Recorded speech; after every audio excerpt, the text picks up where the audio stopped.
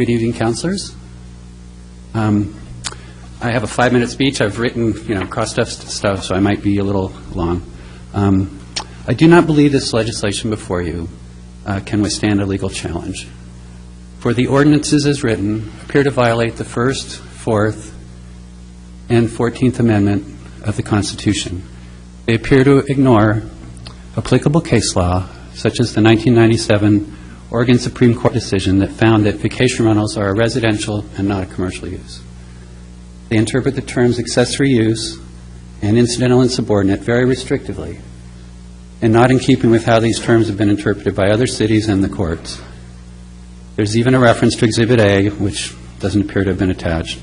Clearly, there's more work to be done before these ordinances can be enacted. So it's been claimed that the city can't allow commercial use of VRDs in residential zones due to state land use restrictions. Well, a representative of the DLCD stated, "I don't expect the DLCD to be participating, certainly not in any sort of enforcement way." So that claim is invalid. In fact, there's an estimated 9,000 short-term rentals in Oregon, and the state has never raised a concern or taken any legal action against the community for any short-term rentals. The city has stated that the new VR zone will be based on the YES and VROZ overlay zones, but without the maps, how can we know for sure?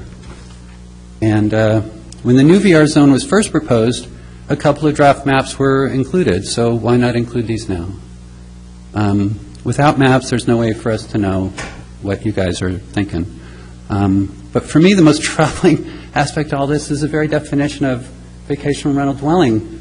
The city has informed us that, the city attorney has informed us recently that every short-term occupancy, with or without compensation, still falls under the VRD rules. So if there's no rent involved, why are we using the term vacation rental dwelling? It just doesn't make any sense.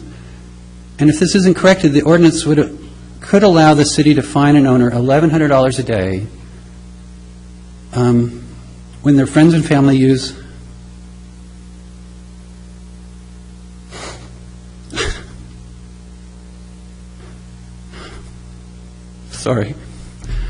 allow the friends and family to use the owner's home after the 30-day limit is up. And since the latest draft of the ordinance was only made available 3 days ago, there hasn't been enough time for my attorney to properly review the 69-page PDF and prepare a response. Therefore, the city must leave the record open for 30 days, please.